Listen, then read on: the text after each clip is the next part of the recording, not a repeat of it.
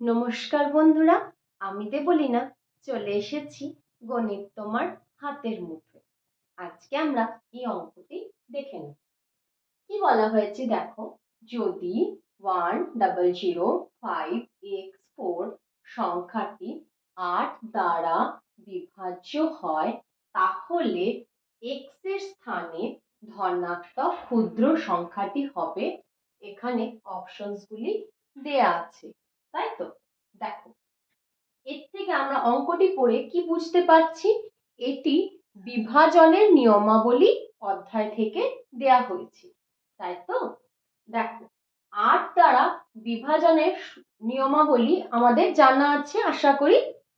8 দ্বারা কোনো সংখ্যা, তাতে সেটি যত বড় সংখ্যাই হোক না কেন, বিভাজনের কি নিয়মাবলী, যে ওই সংখ্যাটি শেষের 3টি সংখ্যা যেন তোমার 8 দ্বারা সম্পূর্ণরূপে বিভাজিত হয়, তাহলেই সেই সংখ্যাটি 8 দ্বারা বিভাজিত হবে।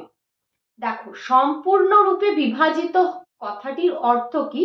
সম্পূর্ণরূপে বিভাজিত হওয়া মানে হলো ওই সংখ্যাটিকে যখন 8 দ্বারা বিভাজ্য করা হচ্ছে তখন ভাগশেষ 0 হবে, তাহলে সেই সংখ্যাটি সম্পূর্ণরূপে বিভাজিত হলো।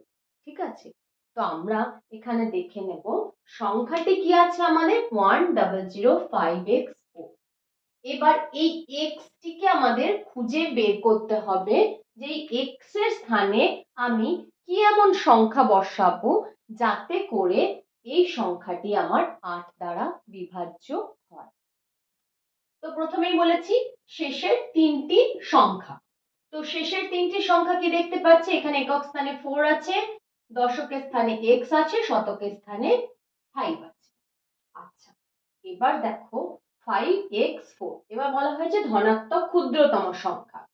যদি এখানে অপশনসগুলি না দেয়া থাকতো তাহলে আমরা নিজেরাই 0 থেকে, যেহেতু ক্ষুদ্রতম বলে দেওয়া আছে, কাউন্ট করতাম। এবার আমি এখানে অপশন যেহেতু দেখতে পাচ্ছি তাই আমরা কি করব, অপশনগুলি প্রয়োগ করে দেখে নেব। এখানে প্রথমেই দেখো 0 দেয়া আছে, তাহলে আমি যদি এই x এর স্থানে 0 বসাই কি হবে, 504। তাহলে এই 504 8 দ্বারা সম্পূর্ণরূপে বিভাজ্য কিনা দেখে নিই। 8 দিয়ে যদি ভাগ করি, দেখো 8 6 48, তাই তো? আচ্ছা, 8 6 40, এখানে 2 ভাগশেষ রইল, আবার এখানে দেখো 4 নেমে এলো, 8 3 এখানে কি হয়ে গেল 24, তাই তো? দেখো এখানে তো ভাগশেষ 0 হয়ে গেল, তাই না? তার মানে এই 504 সংখ্যাটি 8 দ্বারা সম্পূর্ণরূপে বিভাজিত হলো। তার মানে এই পুরো সংখ্যাটা 1005x4 8 দ্বারা বিভাজিত হবে যদি x এর স্থানে আমরা 0 বসাই, তাই তো? আশা করি তোমরা বুঝতে পেরেছো। ধন্যবাদ।